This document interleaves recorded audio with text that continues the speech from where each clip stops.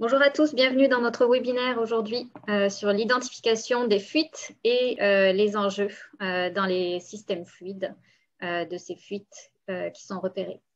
Je suis Solange Gillet, directrice du marketing chez Groupe Swedjob Québec. Je suis ravie de vous accueillir une fois de plus aujourd'hui. Je serai à vos côtés aujourd'hui tout au long de la session en tant que modératrice et pour animer la période de questions-réponses qu'on aura à la fin de la session. Aujourd'hui, c'est Jean-Michel Moll, notre directeur technique, que vous retrouverez en tant que présentateur pour ce webinaire d'une durée d'1 heure sur un sujet nouveau vraiment très intéressant. Merci Jean-Michel de nous le présenter cette année. Alors, quelques points de housekeeping habituels. Le webinaire aujourd'hui est enregistré. Alors, si pour quelque raison que ce soit, vous devez manquer une partie de la séance aujourd'hui, vous aurez la possibilité de la reprendre ultérieurement puisque l'enregistrement vous sera transmis. Ensuite, les micros sont désactivés. Alors, on vous invite à nous poser vos questions en utilisant l'onglet questions et réponses en bas de votre écran. On réserve une dizaine de minutes à la fin du webinaire pour répondre à vos questions. Le dernier point, c'est de prendre quelques secondes avant de nous quitter tout à l'heure pour remplir notre sondage. Vous devriez d'ailleurs déjà l'apercevoir dans un nouvel onglet ou une nouvelle fenêtre de votre navigateur cachée derrière la fenêtre de Zoom que vous visionnez actuellement. Alors, sur ces mots, je vous remercie de votre participation aujourd'hui et je vous souhaite un excellent webinaire à tous. Je passe le relais à Jean-Michel. Merci beaucoup, Solange. Bon matin. Bon matin à tous, mais bien heureux de vous revoir pour sur un autre webinaire. Donc, encore aujourd'hui, une autre session avec beaucoup d'informations. Donc, on va commencer. Donc, aujourd'hui, on va parler des fuites qu'on peut retrouver en industrie. Et donc, 4 sujets principaux. Premièrement, on va commencer léger avec définition de qu'est-ce qui est une fuite. Ensuite, on va parler des raisons pour lesquelles qu'on peut retrouver pour effectuer des recherches de fuite en industrie. Ensuite, on va continuer avec les différentes techniques qu'on retrouve en industrie. Et on va terminer avec par rapport à des outils, comment que des méthodologies qu'on propose, qu'on suggère pour attaquer un programme là, qui serait dédié à la recherche de fuite en industrie. Donc, commençons. Qu'est-ce qui est une fuite? Bien, en fait, une fuite, c'est qu'on perd soit un gaz, soit un liquide d'une façon non volontaire. C'est une fuite, c'est quelque chose qui va passer d'un contenant, on va dire, fermé vers l'extérieur.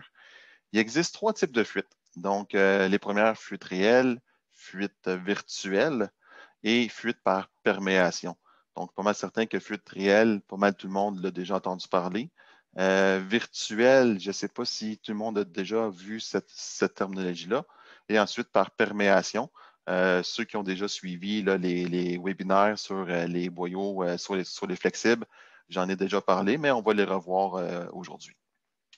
Donc, fuite réelle, qu'est-ce que c'est? Ben, c'est carrément avoir un espace physique pour que le gaz, pour qu'un liquide puisse passer à travers la paroi, à travers les connexions, à travers un joint mécanique de pompe, par exemple, et que la molécule va s'échapper vers l'extérieur. C'est qu'est-ce qu'on retrouve le plus souvent. Puis habituellement, c'est à travers ces fuites-là qu'on court, si on peut dire ça, qu'on va courir après. Ensuite, on a qu'est-ce qu'on a comme fuite virtuelle? Une fuite virtuelle, qu'est-ce que c'est? En fait, c'est que c'est les molécules qui vont rentrer à l'intérieur de certains matériaux. On peut penser à tout ce qui est plastique, au PFA, au O-ring, certains métals, des fois avec certaines substances là, comme du SO2 avec du stainless, par exemple. Donc, ces molécules-là vont rentrer à l'intérieur et à un moment donné peuvent se libérer. Okay? Donc, ils vont venir s'échapper, si on pourrait dire, donc, où ils vont faire du dégazage. Bon, c'est dans ces circonstances-là que cela arrive.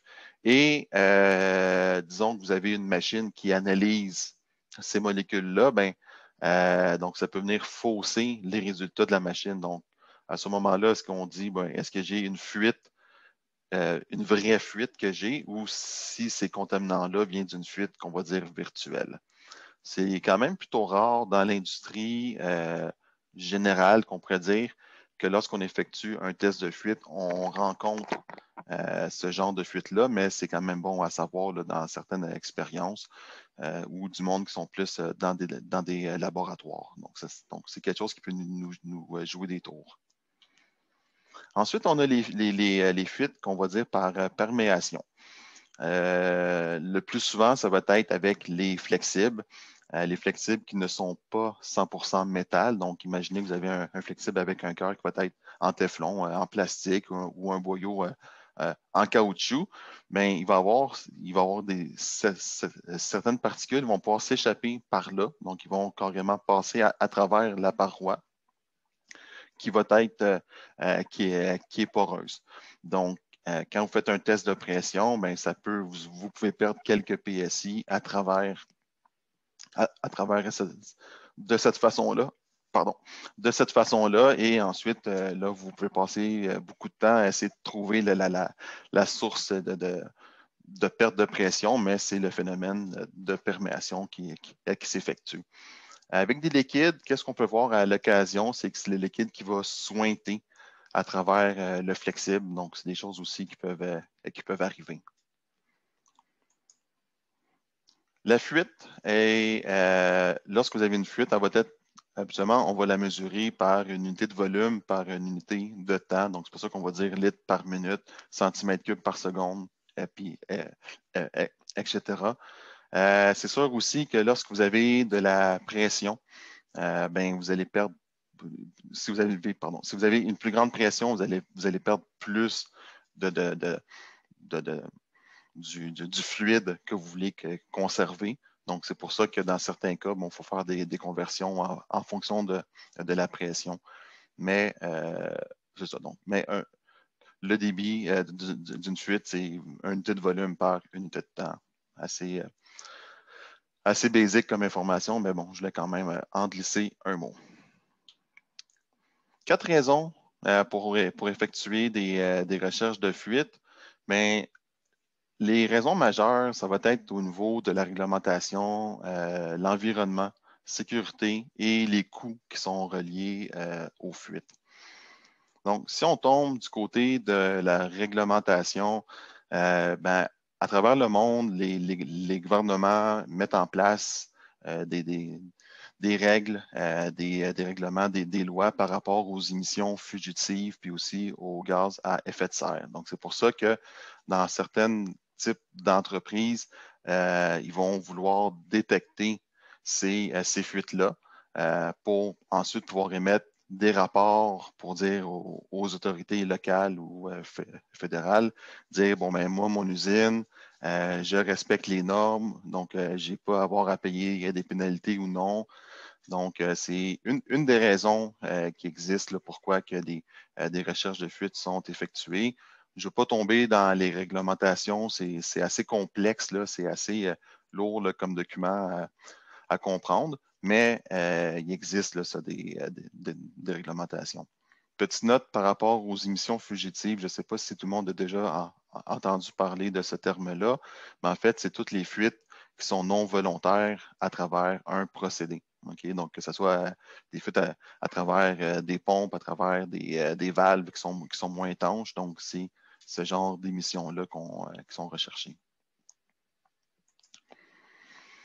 Aussi, une autre raison, c'est pour le respect, on va dire, de l'environnement. Donc, disons qu'une usine, une compagnie déciderait d'avoir une empreinte carbone ou une empreinte plus verte, qu'on pourrait dire, pourrait décider d'effectuer des recherches de fuite à travers son usine. Principalement, les gaz à effet de serre, CO2, essayer de trouver, mettons, d'autres métaux comme du méthane, d'autres fluides, pardon, comme du méthane, par exemple, ou du SF6, pour avoir une empreinte écologique meilleure. L'air comprimé, c'est sûr que l'air comprimé, ce n'est pas un gaz qui est polluant, mais il faut toujours garder en tête que pour produire cet air comprimé-là, ben, ça prend un compresseur habituellement et ce compresseur-là fonctionne à l'électricité. L'électricité au Québec, on est quand même chanceux. Elle provient des barrages hydroélectriques, qui est une façon de produire de l'électricité qui est quand même une des plus vertes au monde, je crois. Là. Je ne pense pas me tromper en disant ça. Mais il faut penser que dans certains pays, territoires, l'électricité va venir d'énergie fossile, donc soit du charbon, soit qui vont brûler du gaz, et ça émet du CO2 qui n'est pas bon non plus pour la couche d'ozone. Donc peut-être qu'au Québec, on est peut-être moins focusé sur les flux d'air comprimés au niveau environnemental à cause qu'on n'a pas ça ne fait pas vraiment de pollution, mais dans certains coins, certaines régions du monde, oui, il peut y avoir la consommation électrique est beaucoup plus surveillée, qu'on va dire. Ensuite, le côté sécurité, je ne suis pas obligé de vous faire un dessin, là, vous en avez 8 à l'écran. Donc, bon, une fuite qui est non contrôlée peut être une source d'incendie, d'explosion, dépendant du gaz avec lequel que vous travaillez, d'intoxication, des fois des gaz très dangereux, brûlure, soit avec de la vapeur, par exemple, ou bien soit avec de l'azote liquide. Projection, vous avez une fuite qui est dirigée vers le sol. Sur le sol, il y a des cailloux, il y a des roches, il y a des débris qui peuvent revoler. Mouvement intempestif, on peut penser avec un boyau qui peut donner un coup, mettons, qui se brise suite à une fuite ou quelque chose qui peut avoir comme un effet de fouet, de l'asphyxie avec différents gaz comme le CO2, l'azote, argon, s'ils sont dans un endroit confiné. Chute, pensez à avoir de l'huile qui est par terre, que ça peut être glissant. Donc, toujours penser le côté sécuritaire. Attendez pas qu'il arrive un accident avant de prendre des actions par rapport à ça. Souvent, lorsqu'on se fait contacter pour des outils, c'est suite à un accident ou à un événement qui était malheureux, qu'on pourrait dire. Donc, c'est pour ça que les compagnies font des changements, mais dans un monde idéal, ça serait de venir prévenir ces accidents-là. Ensuite, une autre raison, ben, c'est le côté monétaire. Souvent, c'est là que c'est une des bonnes raisons pour lesquelles les compagnies font des recherches de fuite ou nous contactent pour trouver les fuites. Donc, lié avec une fuite, on peut commencer avec le produit que vous allez perdre. Donc, imaginez que vous avez une goutte aux 4 secondes d'huile hydraulique, autour de 1600 litres par année. Certaines huiles peuvent être très dispendieuses, donc ça peut monter à des montants très, très élevés à la fin de l'année. Les fuites reliées avec de l'hélium, certains gaz aussi là, qui sont quand même assez dispendieux. Donc, vraiment le coût de perte du produit. Ensuite, on a les coûts qui sont reliés au bris d'équipement ou des arrêts de production qui sont non planifiés. Donc, imaginez que vous avez un analyseur qui doit être alimenté en hélium pur constamment. Vous avez une fuite, donc possibilité de contamination ou qui manque d'hélium à la machine, donc qui peut entraîner un arrêt de production. Ou si vous avez un joint mécanique de pompe qui n'est pas assez alimenté pour être lubrifié pour bien fonctionner, ben c'est sûr que ça peut amener des arrêts de production. Bon, puis tout le monde sait combien que ça peut coûter un arrêt non planifié d'une usine qui est quand même qui montre très rapidement. Ensuite, on a les coûts qui vont être reliés à une non-conformité, mais non, je ne veux pas dire une non-conformité, mettons, au niveau du département d'environnement qui vont venir vous taper sur la tête pour vous dire, bon, mais on a trop eu d'effets de gaz de CO2 qu'on a perdu ou du SF6 qu'on a perdu, mais c'est plutôt du côté que certains équipements fonctionnent à l'air ou fonctionnent avec un gaz et qu'une perte de pression dans ces équipements-là peut amener une mauvaise calibration ou un étalonnage mauvais et qu'est-ce que cet appareil-là doit analyser, mais ne le fait pas correctement. Donc, au final, vous vous ramassez avec un produit de production qui est non conforme. Okay? Donc, ça aussi, c'est un impact direct qu'il peut avoir avec une fuite.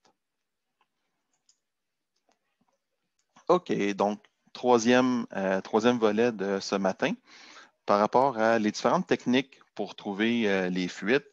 Donc, ce matin, on va parler de 6 techniques qui sont représentées là. C'est sûr que c'est un survol, là, on ne tombera pas en profondeur, c'est pour chaque technique parce que bon, c'est beaucoup trop, on pourrait passer beaucoup trop de temps, là. Mais dans le fond, ça va vous donner les grandes lignes de qu'est-ce que vous pouvez en retirer ou les avantages, inconvénients de ces techniques-là, que ce soit les contrôles par variation de pression, par bulle, les spectromètres de masse pour trouver les fuites, les capteurs portatifs, les appareils à ultrasons.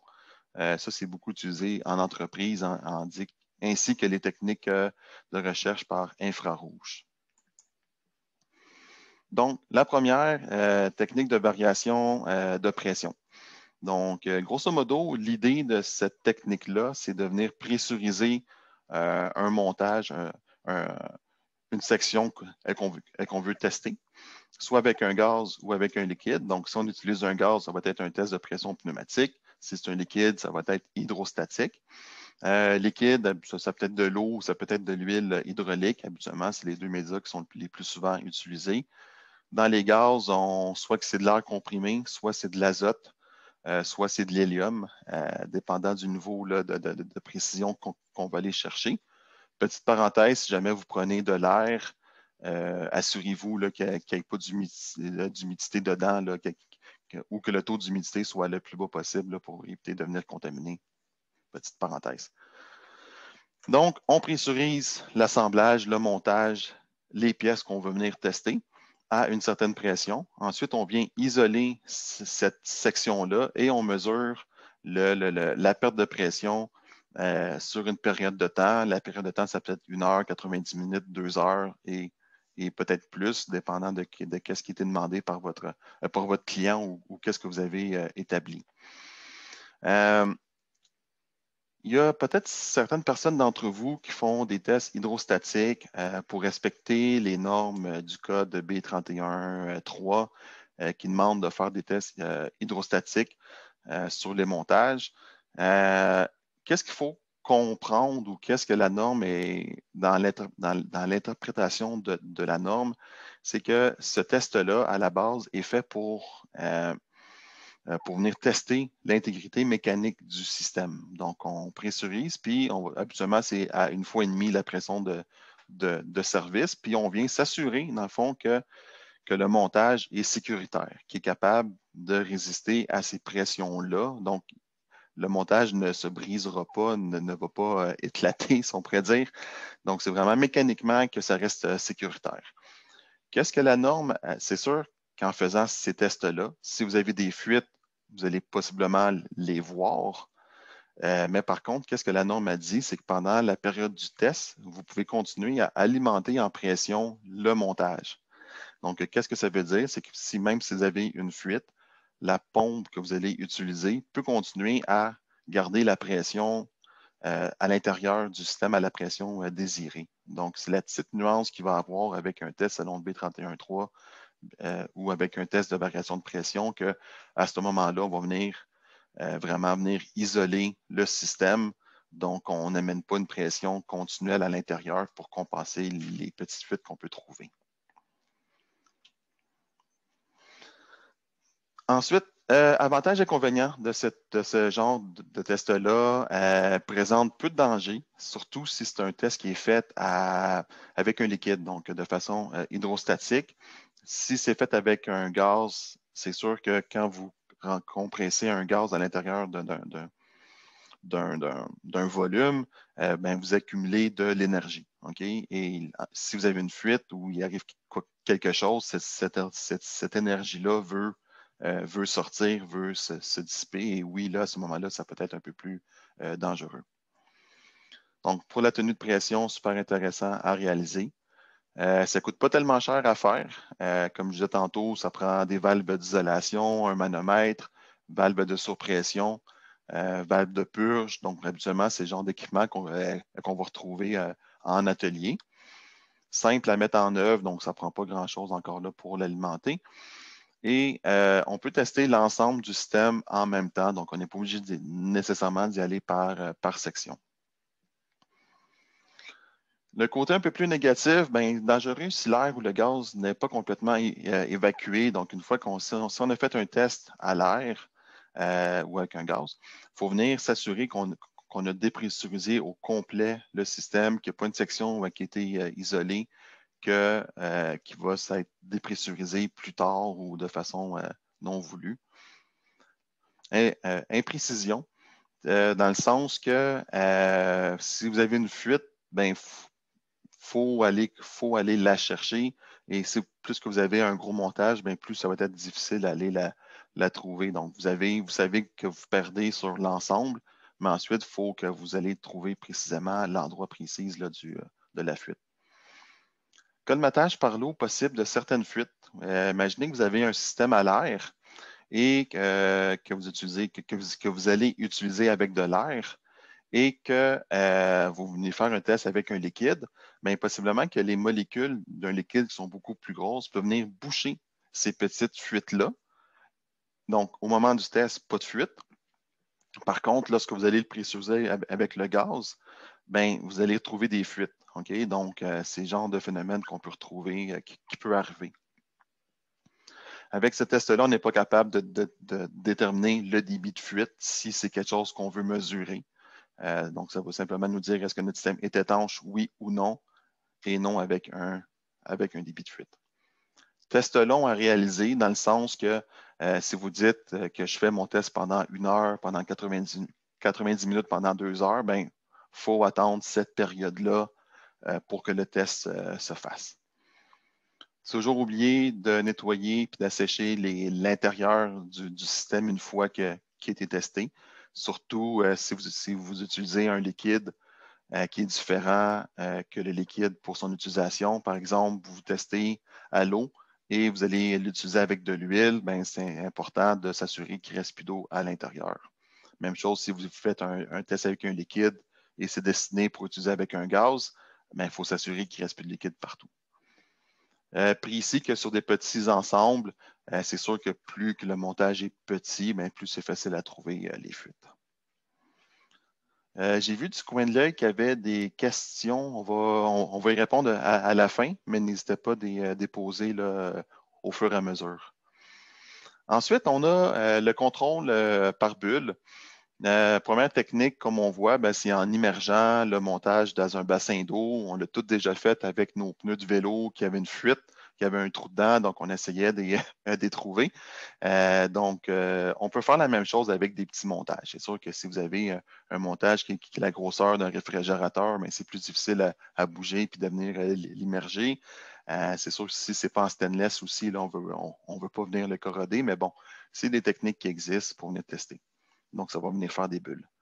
L'autre façon, c'est avec un liquide, une solution tensioactive. Je remercie beaucoup mes amis français de la traduction. En fait, c'est un produit surfaçant en anglais, le fameux Snoop qu'on a chez Swagelog. Donc, c'est un liquide qu'on applique sur les connexions pour venir, dans le fond, voir les fuites qu'il peut avoir. Donc, vous avez des exemples à l'écran.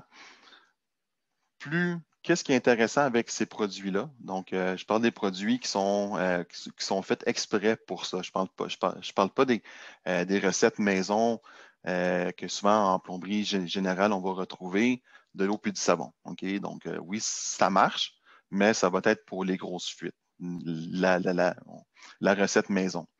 Les produits qu'on va retrouver sur le marché qui sont conçus pour ça, comme le Snoop chez Swagelog ou d'autres, l'avantage de ces produits-là, c'est qu'on va être capable de trouver des petites fuites, des très petites fuites. À l'écran, vous avez 3 exemples. La petite fuite, elle va être représentée, ou bien vous allez voir des très petites bulles, dans le fond, presque de la mousse sur la connexion. Et plus que la fuite est importante, plus que ces bulles-là vont être grosses. On aurait pu avoir une 4e case qui serait fuite majeure. Ça arrive des fois qu'on va venir tester. Donc, on présume qu'il y a une fuite à un endroit. On vient mettre le produit, mais la fuite est tellement grande puis qu'il y a tellement de bruit environnant qu'on n'est pas capable de l'entendre.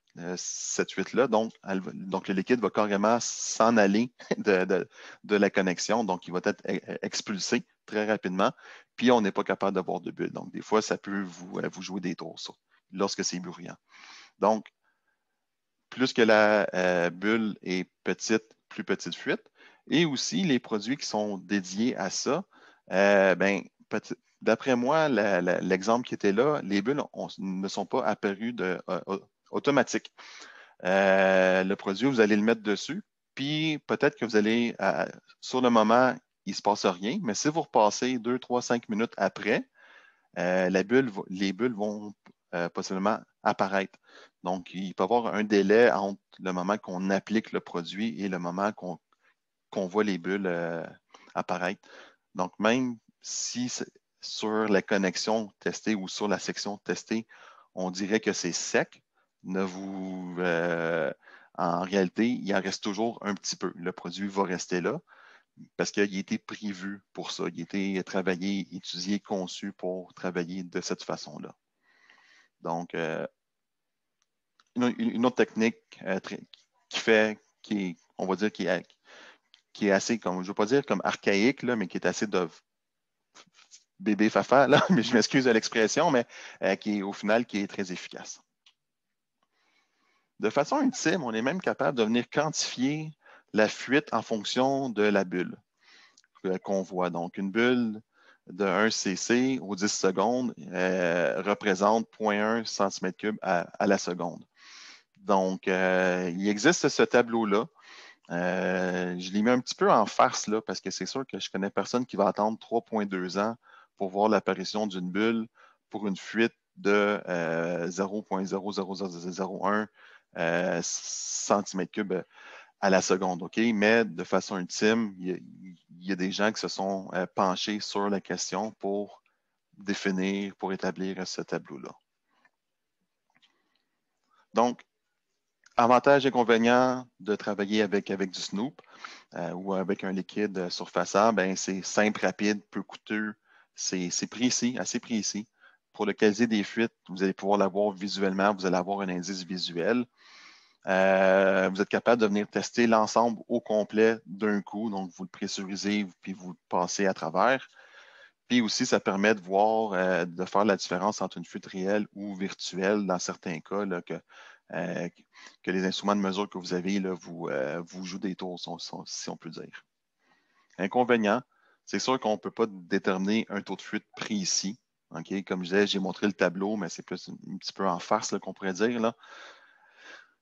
Ensuite, l'erreur selon l'opérateur. Donc, qu'est-ce qui est une petite bulle pour moi ne sera pas nécessairement la même chose pour une autre personne. J'ai vu des endroits qui avaient mis des références visuelles. Donc, ils disaient, si vous voyez ça, ça correspond à une petite bulle, à une petite fuite, à une moyenne. Donc, vraiment pour éviter d'avoir des erreurs d'interprétation. Mais bon, des humains étant des humains, ça peut varier. Petites bulles n'apparaissent qu'après un certain bout de temps. Donc, comme je disais, certaines fuites n'apparaîtront pas de façon instantanée.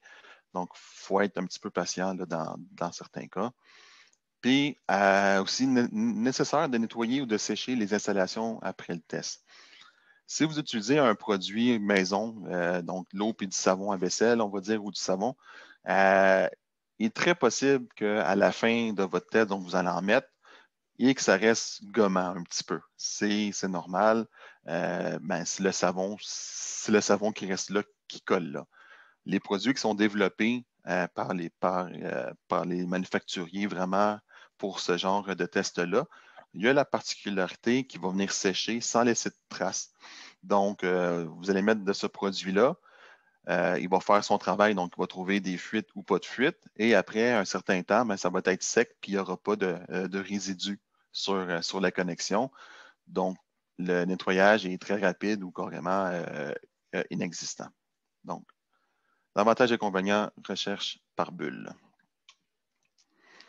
OK, maintenant on tombe les recherches de fuite par spectromètre de masse. C'est la Rolls-Royce des tests de détection de fuite. La machine qui est là, bon, on n'est pas associé là, avec ce manufacturier-là, avec Pfizer, mais bon, c'est des genres de machines. C'est un manufacturier qui en fait, mais on n'est pas associé avec eux du tout. C'est juste que j'avais besoin d'une image, puis je trouvais que c'était une belle image. Qu'est-ce que c'est comme machine? Ben, en fait, c'est que cette machine-là, c'est un spectromètre de masse et son but, son rôle, c'est de venir détecter la présence d'hélium. Donc, c'est l'hélium comme gaz qu'on va utiliser pour détecter les fuites. Comment ça fonctionne? Mais soit qu'on vient mettre une pression positive à l'intérieur du système. Donc, vous allez pressuriser le système avec de l'hélium. Et avec cette machine-là, avec le petit sniffer qui va être ici, bien, vous allez venir passer sur l'ensemble des composantes du système. Et aussitôt qu'il va y avoir une fuite, donc il va y avoir de l'hélium qui va s'échapper du montage, bien, avec le petit sniffer, donc parce que la machine vient avec une pompe à vacuum. Donc, à toutes les fois que vous allez se rencontrer une quantité plus grande d'hélium, la machine, elle va vous avertir. Elle vous dire, ah, un peu, là, je capte de l'hélium, voici mon taux, la quantité que j'arrive à capter. Donc, comme vous voyez ici, là, on peut penser que le technicien a pressurisé le montage qui est ici et vient passer avec la sonde pour venir tester les connexions. Donc, ça, c'est la pression avec un test de fuite vers l'extérieur. On peut aussi y aller avec en faisant le vacuum à l'intérieur du système, okay, du montage de l'assemblage à tester.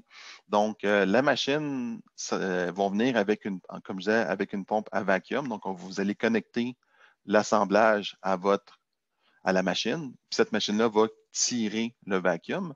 Et qu'est-ce que vous allez faire? C'est que vous allez, dans le fond, vous allez venir mettre de l'hélium un peu partout sur le montage, sur les connexions. Et aussitôt que la machine réagit, bien, ça veut dire que vous avez une fuite à cet endroit-là.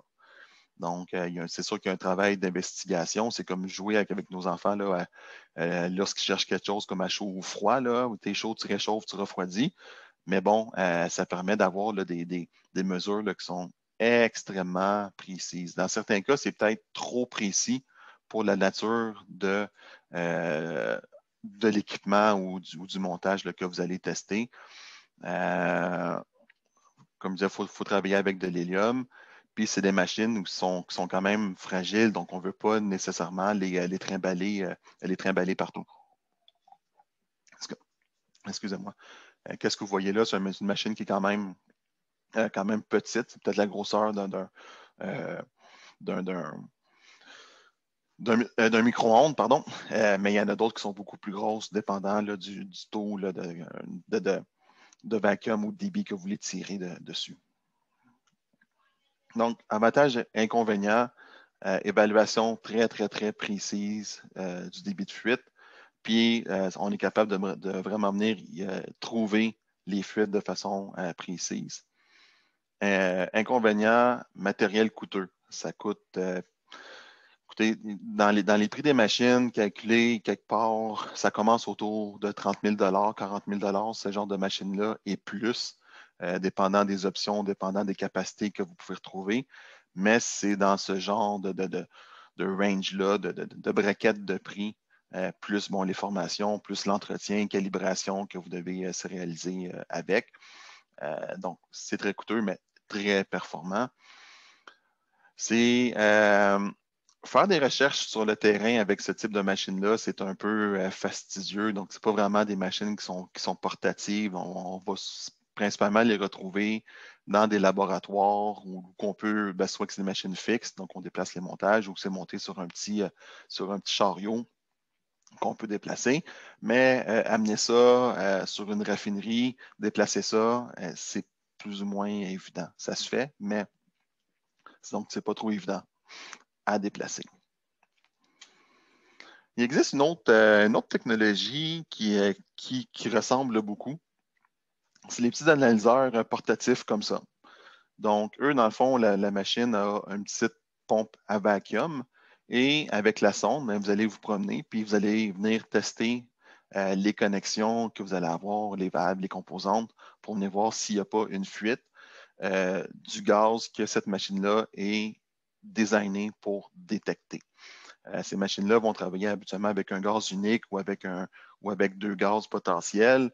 Habituellement, ça va être de l'hélium. Donc, ce n'est pas un gaz qui se retrouve là, dans l'atmosphère parce que ça va venir fausser les résultats. Si vous faites un test avec de l'azote, puis la machine est faite pour détecter de l'azote, ben, il y en a quand même beaucoup dans l'air qu'on respire. Donc, vous n'arriverez pas à trouver les fuites. C'est très fiable, ça travaille bien, très versatile, donc on peut mettre ça dans une poche, on peut se trimballer avec ça. Ce rapport qualité-prix, très intéressant. Par contre, dépendant des modèles, c'est pas toujours possible de venir quantifier une fuite avec ces équipements-là. Encore là, dépendant du modèle, là, les manufacturiers ont plusieurs options. Ce n'est pas un équipement qu'on vend chez Swagelok. Souvent, c'est plus une référence sonore ou visuelle, donc plus que la quantité de gaz qui est recherchée et détectée, bien, plus que le son qui va être émis va être grand ou sur une échelle, elle va piker, là, donc il va avoir atteint un sommet. Donc, mais ça ne va pas nécessairement vous donner quantifier la fuite. Et aussi, gaz unique. Donc, ces machines-là sont prévues pour détecter un gaz, peut-être deux, peut-être trois, mais c'est un type de gaz. Donc, il faut que vous réalisiez vos tests avec ce gaz-là précisément. Ensuite, on a les détecteurs à ultrasons. C'est une technologie qui est largement utilisée en entreprise, en usine. Qu'est-ce qu'il faut comprendre? C'est lorsque vous avez une fuite, cette fuite-là va émettre un son. Ce n'est pas un son qu'on va entendre, à part les fuites majeures que oui, là, on peut vraiment entendre le son de loin, mais dans certains cas, le son il est au niveau des ultrasons. Donc, à l'oreille, ce n'est pas audible. Donc, ces machines-là vont détecter ces fuites-là. Qu'est-ce qui est le fun avec ça? C'est qu'on peut être à distance. On peut être à 20-30 pieds et être capable de capter des fuites. C'est sûr que plus la fuite est grosse, plus facile elle va être à trouver. Plus qu'elle va être petite, ben, ça va être un peu plus difficile, mais on est capable de scanner, là, de sonder là, des larges portions d'usine très rapidement. Moi, juste repartir la vidéo. Donc, comment ça fonctionne, c'est que le technicien se promène avec son appareil et il va venir se promener comme ça. Puis lorsqu'il va entendre un son dans ses écouteurs, donc le son qu'il entend va changer et ça l'indique qu'il y a une fuite. Puis ensuite, en changeant la sensibilité de la machine, on est capable d'arriver précisément où est-ce que la fuite se trouve. Il existe maintenant, oui, aussi, comment on arrive à venir quantifier la fuite, c'est avec le niveau sonore en décibels de la fuite. Donc, on est capable de dire, bon, mais j'ai une fuite de 52 dB, bien, ça l'équivaut en temps, en débit perdu là, de la fuite.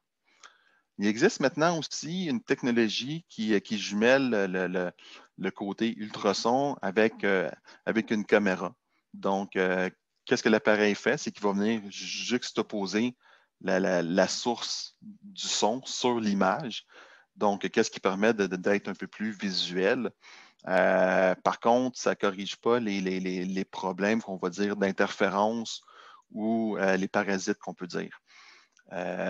Lorsque vous avez un son puis vous avez une surface, bien, ce son-là va rebondir sur la surface. Donc, ça peut entraîner certaines confusions. Donc, c'est pour ça que ça prend une certaine dextérité pour venir se rechercher les fuites. Quand vous avez des équipements électriques, des néons, des moteurs électriques, ben, ce type d'équipement-là émet aussi des ultrasons. Donc, lorsqu'on fait de la détection de fuite avec ça, il faut prendre ces équipements-là en considération. Donc, c'est pour ça que c'est une technologie qui est super intéressante, mais qui reste encore à développer, qui demande quand même de l'expérience de l'utilisateur, de l'opérateur. Donc, avantage de cette technologie-là, on est capable de venir tester, trouver les fuites, même lorsqu'il y a beaucoup de bruit ambiant. Donc, même si dans l'usine, c'est bruyant et des machines qui tournent, bien, les ultrasons vont se détacher quand même de ces sons-là. Donc, on est capable de les différencier. C'est sûr que c'est un peu plus challengeant, mais on est quand même capable d'effectuer ce genre de recherche-là pendant que l'usine fonctionne. Minimum de temps, on est capable de couvrir une grande surface rapidement, comme que je disais. Ensuite, on est capable de quantifier les fuites, un des très grands avantages de ces appareils-là. C'est sûr que ce n'est pas une science qui est aussi précise qu'un spectromètre, que l'appareil qu'on a vu tantôt là, avec à l'hélium, l'hélium leak testing, mais ça permet quand même de figurer des montants par rapport aux grosseurs de fuite. C'est des appareils qui sont quand même dispendieux. Ça commence, là, dépendant des modèles, 7, 8, 9, 10 000 en montant. Okay? Donc, quand même, ça coûte cher. Ça en prend quand même aussi de l'expérience pour utiliser ces machines-là, principalement là, pour éliminer les parasites ou les sources de contamination. Puis aussi, il faut avoir un accès direct aux fuites pour les confirmer. Du fait qu'on a juste du son, ben, lorsqu'on pense avoir trouvé une fuite, ben, il faut venir la confirmer avec d'une autre façon. Habituellement, on va venir mettre du Snoop sur cette fuite-là et on va voir les bulles qui vont nous confirmer qu'on a vraiment une fuite à cet endroit-là. L'appareil qui jumelle l'imagerie et l'ultrason permet de prendre une photo. Donc, avec ça, c'est super intéressant. Mais de façon ultime, il faut être relativement proche là, avec les deux appareils de la fuite pour être certain que la fuite est bien à cet endroit-là. Ensuite, détection de fuite par infrarouge. Donc, c'est lorsque vous avez une fuite, ben, l'image au niveau des infrarouges va changer et nous permettre de déterminer, de voir où est-ce qu'il y a des fuites potentielles. Donc, comme sur la photo ici, c'est sur une torche, là, sur un flare. Puis, bon, et puis le petit coin ici qui est rouge, qui peut peut-être présumer qu'il y aurait peut-être une petite fuite ou qu'il se passe quelque chose. Donc, avec l'imagerie thermique, nous permet de trouver les fuites. Vous avez un petit vidéo qui montre là, des exemples d'images qui sont captées. Certaines images sont plus claires que d'autres, mais vous voyez dans le fond, qu'est-ce qu'on dirait que c'est de la fumée? Bien, en réalité, c'est des fuites. La qualité change, ça dépend des équipements que vous utilisez, mais c'est le genre de résultats que vous êtes capable d'obtenir. Un des désavantages de ces équipements-là, c'est que c'est uniquement fonctionnel avec des hydrocarbures. Donc, les gaz qu'on va retrouver dans les raffineries principalement. Et c'est pour ça que c'est le genre d'équipement qui est utilisé pour faire les audits, pour faire les évaluations pour les émissions fugitives, pour remettre les résultats de sondage aux autorités, au gouvernement. Donc, c'est pour ça que ça ne fonctionne pas avec tous les gaz. Avec l'hélium, ça ne marchera pas. Avec l'azote, ça ne marchera pas. Okay? Donc, vous ne verrez pas d'image. Localise et évalue le débit des fuites. Donc, encore là, dépendant du modèle de machine que vous avez, vous êtes capable d'émettre un débit de fuite. Puis, c'est quelque chose qui se promène très bien là, sur le terrain, qu'on est capable qui se déplace bien. Ce n'est pas tellement gros comme appareil, c'est assez costaud. Donc, si on met les 6 techniques qu'on a vues en perspective avec celui qui est le plus précis, mais qui est le plus difficile, on va dire, à opérer, bien, on a notre spectromètre de masse, donc l'hélium leak testing, qui est extrêmement précis, mais qui demande des connaissances pour les utiliser. Ensuite, on a notre analyseur portatif, mesure de variation par pression. On a ensuite notre Snoop et les sondes à ultrasons et à infrarouge. Les sondes à ultrasons infrarouge, comme je disais, c'est ceux qui sont le plus utilisés en industrie, sur le terrain, à plus grande échelle. Mais lorsque ces tests-là sont réalisés, ben, c'est qu'on cherche habituellement les fuites majeures. Ce n'est pas les petites fuites qui sont très petites, qui représentent très peu à comparer à d'autres fuites qui sont beaucoup plus grandes. Okay? Donc, ça vous donne une idée là, de qu'est-ce qui est pertinent à utiliser dépendant de ce que vous voulez faire. OK, on tombe il nous reste une dizaine de minutes, une quinzaine de minutes. Donc, dernière portion, c'est lorsque vous voulez mettre en place des outils de détection de fuite, qu'est-ce qu'on vous suggère de faire une certaine méthodologie, des choses à penser? Puis aussi au rapport, qu'est-ce que vous devriez avoir comme rapport pour faire les travaux ou de faire les réparations? Donc, méthodologie, on peut voir trois grandes phases. Donc, la première, c'est le côté préparation. Donc, qu'est-ce que vous voulez faire, les différents fournisseurs. Ensuite, analyse.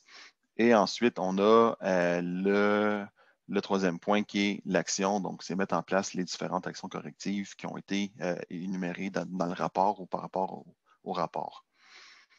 Il y a peut-être une étape zéro, OK, qui est ici. C'est pas je vais en parler un peu, mais ce n'est pas le côté technique. OK? On va tasser un peu le côté technique là, que je parle beaucoup, mais c'est le côté humain. Si une de vos raisons, c'est de réduire les coûts des fuites et non parce que vous devez le faire à cause du gouvernement, par exemple, puis que, assurez-vous que vos équipes sont prêtes à faire des changements. Des fuites, il y en a partout, il y en a beaucoup. Une usine qui a zéro fuite, je n'ai jamais vu ça.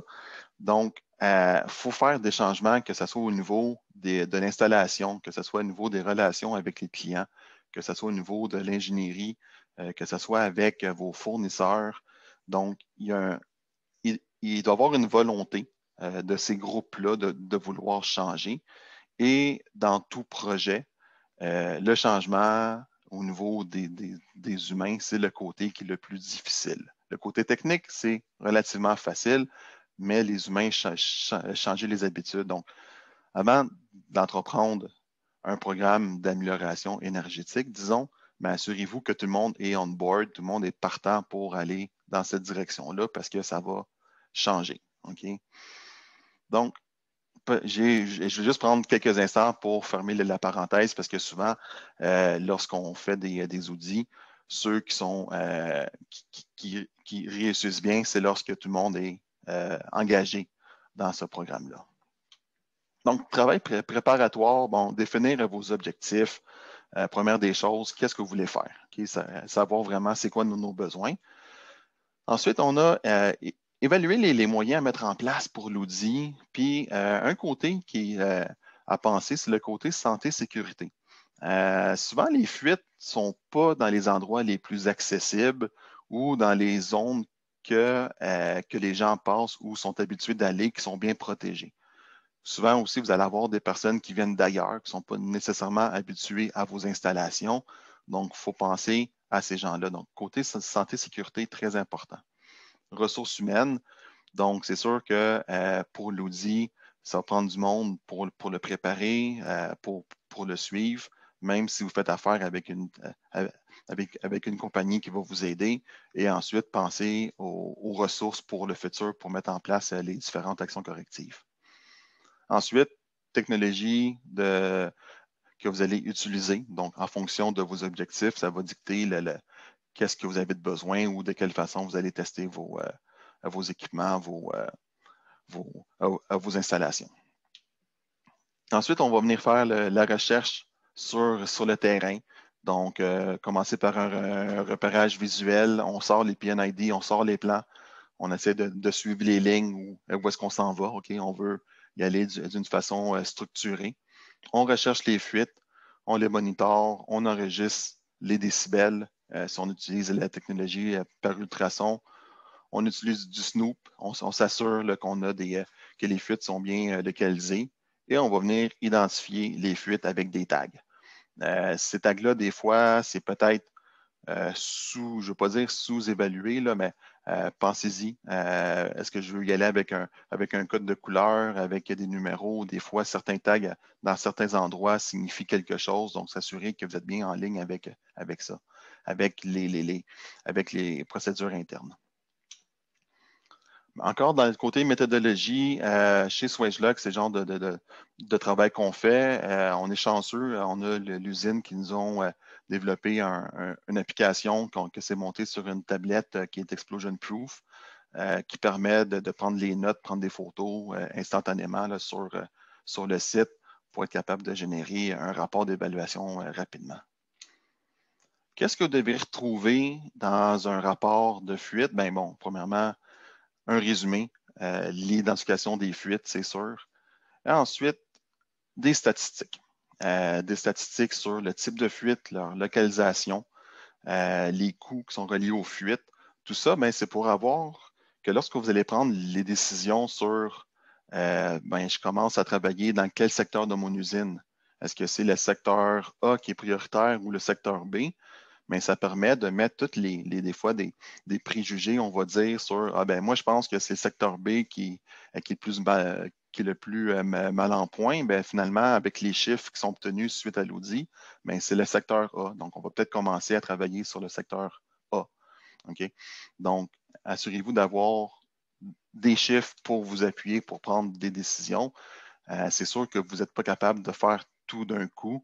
Donc, vous voulez aller où est-ce que c'est le plus payant ou que ça coûte moins cher à réparer avec le plus gros impact. Recommandations. Donc, une recommandation soit niveau technique, formation ou des choses comme ça. Et ensuite, assurez-vous d'avoir les bons outils pour suivre et réparer les fuites. C'est pas rare que dans un rapport d'audit, vous allez tomber avec 50, 100, 150 fuites qui ont été trouvées. Il faut suivre ces étapes-là pour venir les réparer. Et ça peut être quand même assez volumineux comme charge de travail. Donc, assurez-vous d'avoir les bons outils. Puis, une façon d'avoir un bon outil, c'est d'avoir une fiche par fuite qui précise avec une photo, avec toutes les informations sur la localisation de où est-ce que cette fuite-là se trouve. Je peux vous garantir que lorsque vous faites un audit, la journée même, vous vous rappelez des choses. Ah oui, je me rappelle, la petite fuite était à côté du moteur à droite, blablabla, mais on ne l'avait pas bien identifié, la photo n'est pas bonne. Dans 2-3 semaines suivant ça, vous allez l'avoir oublié. Donc, assurez-vous d'avoir les bons documents pour effectuer les fuites pour sauver du temps. Plan d'action, une fois que vous avez votre rapport, comme je disais tantôt, avoir des données pour savoir où commencer, effectuer les changements. Je reviens avec les changements, donc technique, méthode de travail, comme je disais, fournisseurs, les achats, formation. OK, donc on a-t-il des formations précises? Si vous remarquez que toutes les fuites se trouvent au niveau des connexions NPT, peut-être que la formation sur comment effectuer les bonnes connexions NPT doivent être faites. Ça peut paraître évident qu'est-ce que je dis là, mais souvent, c'est une source problématique. Est-ce que c'est sur le remontage de certaines valves que les gens sont moins bien formés, que vous devriez avoir de l'aide du manufacturier par rapport à ça? Donc, ça, c'est des informations que vous allez avoir dans le rapport d'audit. On effectue les travaux, mesurer les résultats. C'est toujours intéressant, c'est toujours bon de savoir, je voulais couper ma consommation d'hélium de 25 %. Est-ce qu'après les travaux que j'ai faits, je suis arrivé à cette économie-là? Okay? Donc, ça, c'est important d'avoir ça en place. Et ensuite, le 6e point, recommencer. Suite à un audit, ça peut faire les travaux, tout ça. Vous en avez peut-être pour 3, 4, 6 mois, 1 an de travaux qui suivent. Et après cette période-là, peut-être que les problèmes ou que les choses ont changé. Puis c'est bon de garder un certain momentum avec ce type d'exercice. Donc, au final, quand vous arrivez à optimiser vos installations en éliminant les fuites, qu'est-ce que vous devriez obtenir? C'est des économies. Donc là-dessus, j'ai terminé. Donc, merci beaucoup de votre présentation. Je ne sais pas si Solange, si on a des questions. Pendant que les gens écrivent leurs questions, je peux peut-être parler un petit peu de la prochaine webinaire qui sera donnée par toi, Solange. Donc, 2 juin. sur notre site web de SwageLock. Je ne sais pas si vous y avez été dernièrement. Il y a eu des importantes mises à jour qui ont été faites, des outils qui ont été améliorés. Donc, on va faire le tour du site web avec Solange le 2 juin. La partie e-commerce qui a changé. Pour revenir sur les questions concernant le webinaire d'aujourd'hui, on a deux questions qui nous sont arrivées. La première question de Vincent qui nous a demandé ça tout à l'heure. Avec la détection de fuites par ultrasons, est-ce possible de détecter les fuites d'un équipement sous vide? Oui, c'est possible. Il faut par contre que la fuite soit assez majeure parce que les équipements à ultrasons sont quand même limités dans la performance. Donc, c'est sûr que si c'est une petite fuite, possiblement qu'on ne va pas la trouver avec l'équipement à ultrasons. Ce n'est pas nécessairement son rôle premier pour les systèmes sous vide, tout dépendant de la grosseur. Si on parle d'un système sous vide avec un petit montage fait avec des raccords dans le quart de pouce, dans le 3/8e, ça risque d'être difficile. Si vous avez un système sous vide de transport de produits secs, par exemple, que c'est des canalisations là, de 2, 3, 4 pouces, à ce moment-là, oui, vous pourriez le voir. Je pense aussi des fois des plus grosses fuites. Ouais, c'est ça. Donc, dépendant de la grosseur de la fuite, sous vide, oui. Par contre, si vous cherchez des très petits débits de fuite, ça va être d'autres types d'équipements,